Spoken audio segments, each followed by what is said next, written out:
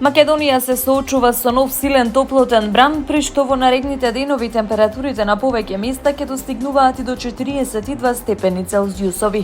Поради зголемената опасност од појава на ширење на пожари, владата прогласи 30-дневна кризна состојба на целата територија на државата, додека здравствените власти апелираат граѓаните да бидат особено внимателни да ги почитуваат препораките за заштита од високи температури.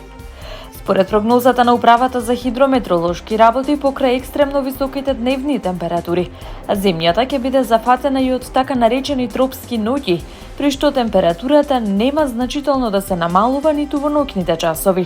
Ваквите временски услови го зголемуваат ризикот од топлотна исцрпеност, дехидрација и други здравствени проблеми, особено кај повозрастните лица, хронично болните и децата. Времето денеска ќе биде сончево и многу топло, со мала локална облачност и слаб до умерен ветер од променлив правец. Утринските температури ќе се движат од 12 до 19 степени, дневните ќе достигнуваат од 33 до 42 степени. Во Скопје се очекува сончево време, со максимална температура до 39 степен. Според најавите на УХМР, сончевото и многу топло време ќе продолжи во наредните денови. Од четврток до крајот на седмицата, во попладневните часови, ќе има услови за локален развој на нестабилна облачност, проследена со краткотраен поруен дожд и грмежи во поодделни делови од земјава.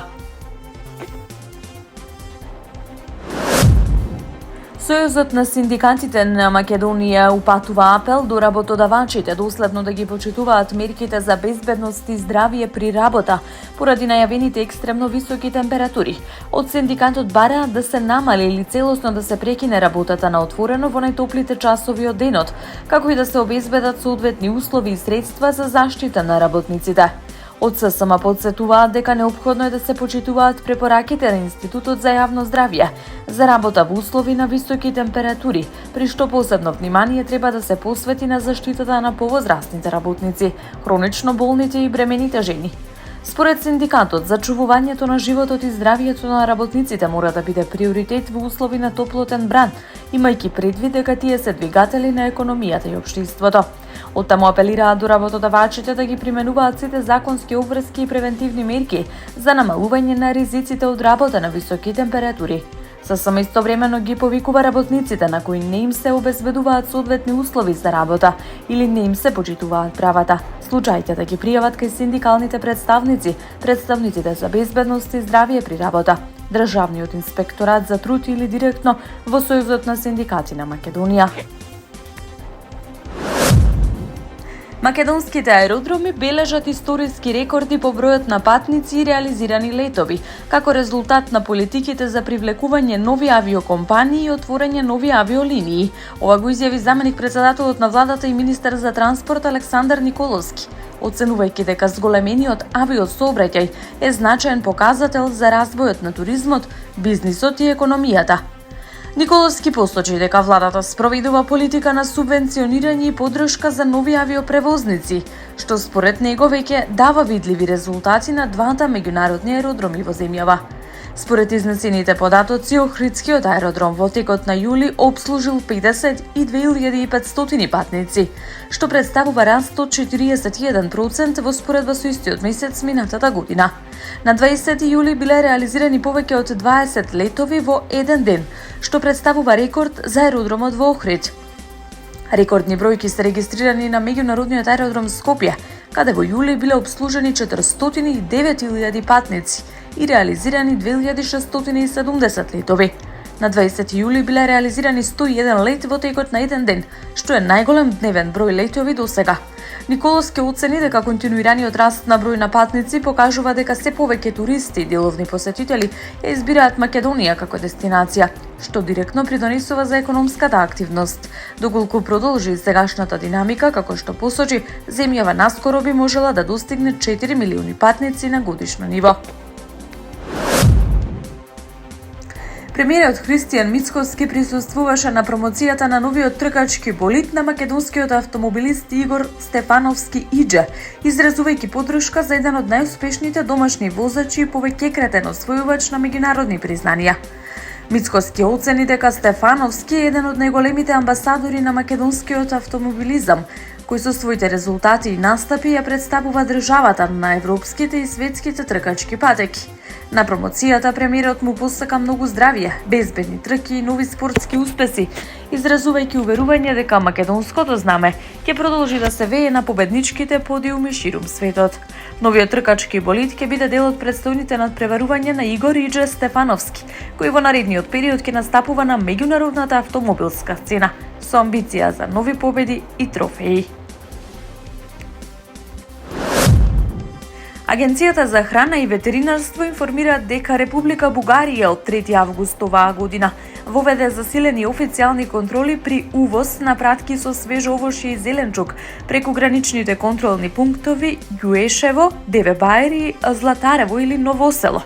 Мерката се однесува на пратки со домати, пиперки, праски и лубеници со потекло од трети земји, меѓу кои е и Македонија, а кои се наменети за бугарскиот пазар.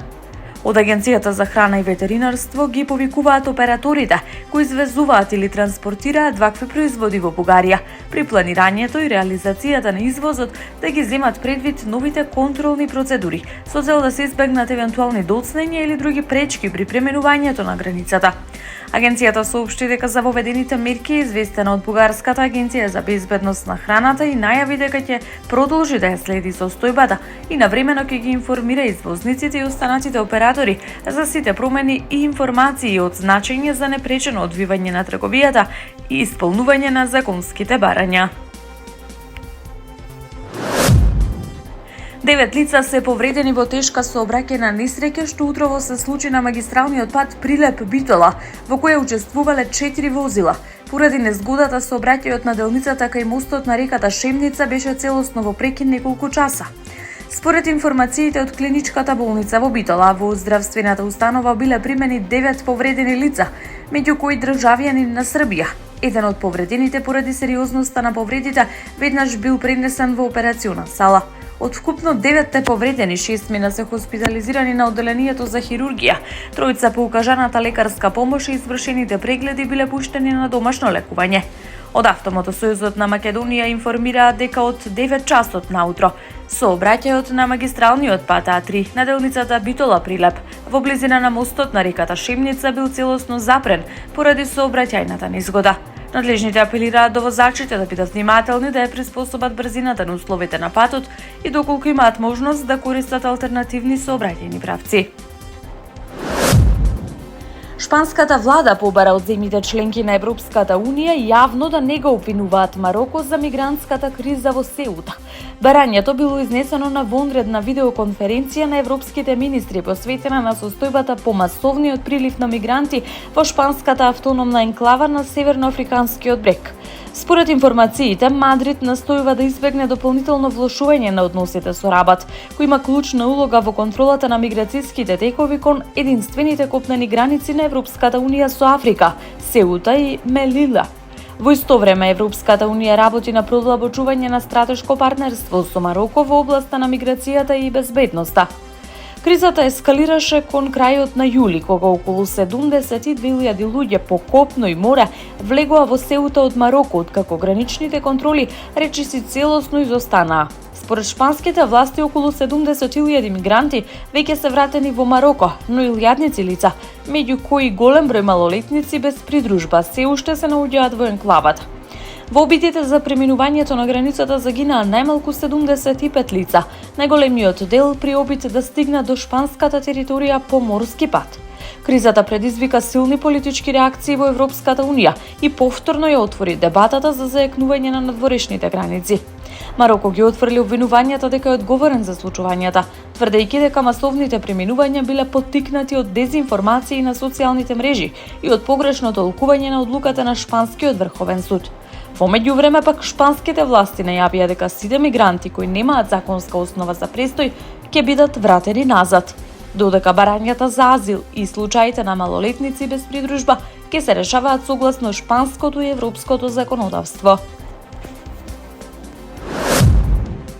Израелскиот премиер Бенјамин Нетањаху изјави дека израелските сили нема да се повлечат од сегашните позиции во појасот Газа, се додека палестинското движење Хамас не биде целосно разоружено. Во објава на социјалните мрежи тој посочи дека постојат разлики меѓу Израел и американската администрација, во однос на неудамно представениот договор за разоружување на Хамас. Во меѓувреме во појасот Газа се одржа масовно погребување на повеќе од 100 тела кои неодамна беа пронајдени по израелски напад извршен во 2023 година. Телата били извлечени од урнатините на стамбен блок во населбата Сабра, кој беше уништен во воздушен напад на 22 ноември 2023 година, неколку недели по почетокот на војната меѓу Израел и Хамас. Според информациите, во тој напад загинале повеќе од 300 луѓе.